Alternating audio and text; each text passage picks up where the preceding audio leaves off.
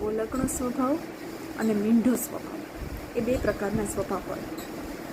બોલતા રહેવું એટલે કે શબ્દોની મારામારી થવી, અને મૂંગા રહેવું એટલે કે સાવ ચૂપ રહેવું, કંઈક શબ્દોની મારામારી જ નહીં.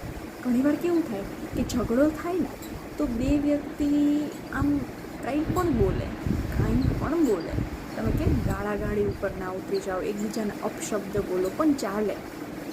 જ્યારે બે વ્યક્તિ એકબીજા સાથે શબ્દોની મારામારી કરે છે એટલે કે એ સંવાદ ચાલતો રહેશે. ક્યાંક તો ઉતરશે, કાં તો ઝઘડો એકદમ શાંત થઈ જશે, અને કાં તો પછી ઝઘડતા રહેશે થોડાક. પણ મીંઢો સ્વભાવ કેવો હોય કે એ તો કંઈ બોલે જ નહીં, એમ કે કાંઈ થયું હોય તો બી નહીં બોલવાનું, કંઈ હોય નહીં તો બી નહીં બોલવાનું, કંઈ થયું હોય કે ન થયું હોય વોટેવર, પણ બોલવાનું જ નહીં. તો એ સ્વભાવ થોડો વિચિત્ર લાગે મને, મારા પ્રમાણે.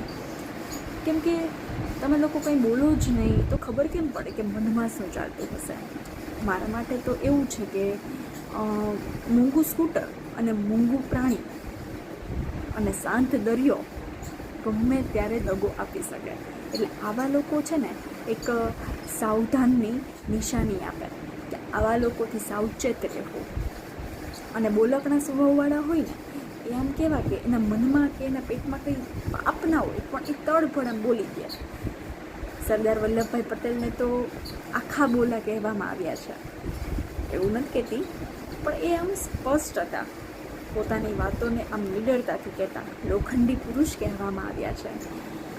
અને એવા લોકો જ હંમેશા એક વીર પુરુષ કે મહાપુરુષની નિશાનીઓ બતાવતા હોય છે. એટલે એવું નથી કે આખા બોલાવાળા વીર પુરુષ હોય, મીંઢા લોકો ઓલા હોય, પણ હંમેશા શબ્દોનો સન્માન રાખો. જ્યારે આ શબ્દો ખૂટી જાય ને એટલે સંબંધોપણમાં તિરાડો પડવા માંડે. આપણા શબ્દો એવા પણ રાખવાના કે લોકોને સાંભળવા ગમે, તીક્ષ્ણ રાખવાના, ધારદાર રાખવાના, કટાર રાખવાના, કટાક્ષ ભરેલા રાખવાના.